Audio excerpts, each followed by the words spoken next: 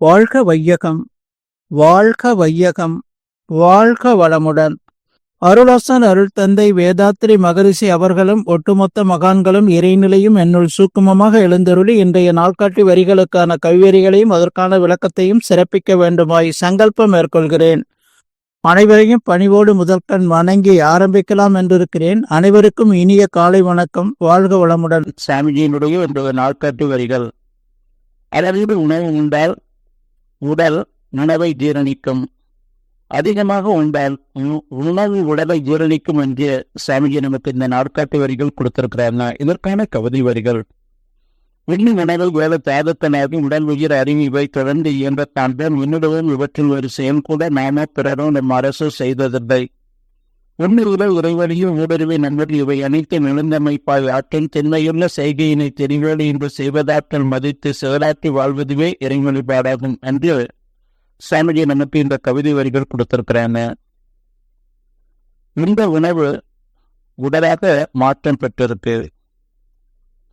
அதனால நாம சாப்பிடும்போது அந்த உணவு ஜீரணமாகி நம் உடலில் உள்ள அந்த சத்துக்களான ரசரத்த மாமிசம் கொழுப்பு எலும்பு மஜ்ஜை என்ற 7 தாதுக்களாக அதை பிரித்து நம் உடலுக்கு தேவையான எனர்ஜியை கொடுக்குது. அதேமாதிரி மீறும்போது அது அஜீரண கோணரான நம் உடலை பாதிக்குது. அது நமக்கு நம்முடைய உடலை பாதிப்புக்குள்ளாக்கி துன்பத்துக்கு ஆளாக்குது. இதுதான் உண்மை. ஒரு 50 ஆண்டுகளுக்கு முன்பு இது போல மருத்துவமனைகள் அதிகமாக கிடையாது. அப்போ 2 மருத்துவமனைகள் தான் இருக்கும். அன்று பேனக்கட்டத்தில் அனைவராக சாப்பிட்டாங்க. அதிகமான உழைத்தார்கள். அப்போ அவர்களுக்கு எந்த விதமான ஒரு துன்பமும் இல்லாமல் மகிழ்ச்சியாக வாழ்ந்தாங்க. இவருக்கு உழைப்பு குறைஞ்சிருச்சு. உணவு அதிகமாகிற ஒரு காரணத்தினால்தான் துன்பங்கள் அதிகமாக வருது உடல்ல. அதற்காக மருத்துவமனைகளுக்கு மக்கள் இன்னைக்கு தொடர்ந்து தன்னுடைய வைத்தியம் மூலமாக உடலை சரி செய்ய இவ்வளவு மருத்துவமனைகள் பெருகியிருக்கு. மருத்துவனுடைய பெருக்கத்திற்கு காரணமே உணவுல அளவுமுறை இல்லாத காரணம்தான் என்பதை நாம புரிந்து கொள்ளணும். அதே போல நமக்கு சாப்பிட சாப்பாட்டுல இருந்து மட்டும் எனர்ஜி கிடைக்கல.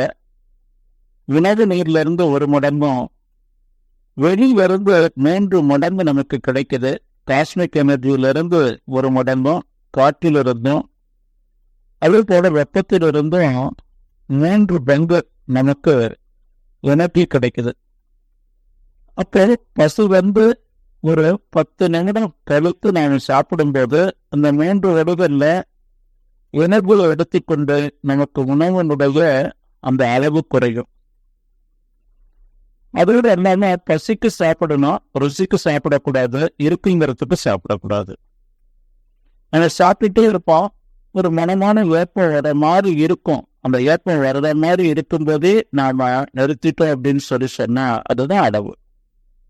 ஏப்பம் வந்ததுக்கு பின்னாடியே நாம இன்னும் நிறைய பதார்த்தங்கள் ஃபங்க்ஷனுக்கெல்லாம் போனோம்னா அந்த பருப்பு சாதம், அதே போல சாம்பார் சாதம், அதற்கு முன்பு கொடுத்திருக்கக்கூடிய ஒரு சில எக்ஸ்ட்ரா ஐட்டங்கள் எல்லாம் சாப்பிட்டுட்டு நாம கட்டத்திலிருந்து போகும்போது கொஞ்சம் மனமான ஏப்பம் வர்ற மாதிரி இருக்கும்.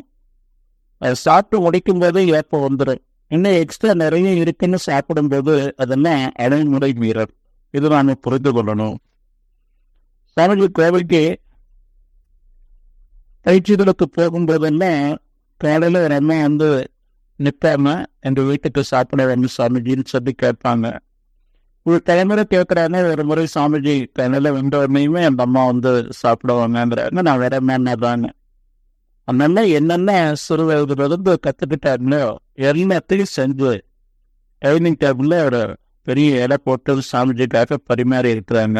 அப்போ சாமிஜி ஒரு இலை கொடுமான்னு சொல்லிட்டு ஒரு ஸ்பூன் கொடுக்க சொல்லி அதை இருக்கிற கொஞ்சம் கொஞ்சம் எடுத்து அந்த 10ல் ஒரு மடங்கு எடுத்து தனியாக வச்சு பாயத்தில் பண்ணிட்டு சாப்பிட போனோம்னா, அப்போ சாமிஜி இங்கே இருக்கக்கூடிய எல்லா உணவுகளும் சாப்பிட்டீங்கன்னா எனக்கு மகிழ்ச்சியாக இருக்கும் சாமிஜின்னு அப்போ சொன்னாங்க. சாமிஜி, நான் மகிழ்ச்சியாக இருக்க முடியாதேம்மா, வேர்ல்டு காங்கிரஸ் மீட்டிங் நடக்குது, நிறைய சாமிஜி ஸ்பீச் கொடுக்குறாங்க.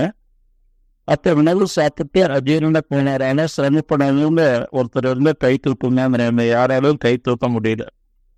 அப்போ நம்ம உணவில் அளவு முறை கடைபிடித்து வாழணுங்க. அப்போதான் நமக்கு உடல் ஆரோக்கியமாக இருக்கும். உணவு அளவோடு சாப்பிட்டோம்னா அந்த ஜீரணம் சரியாக இருக்கும். இதை நாம் புரிந்து கொண்டு வாழணுங்க. நன்றியோடு நிறைவு செய்து கொண்டு இன்றைய சிந்தனையை வாழ்க வளமுடன், வாழ்க வளமுடன், வாழ்க வளமுடன்.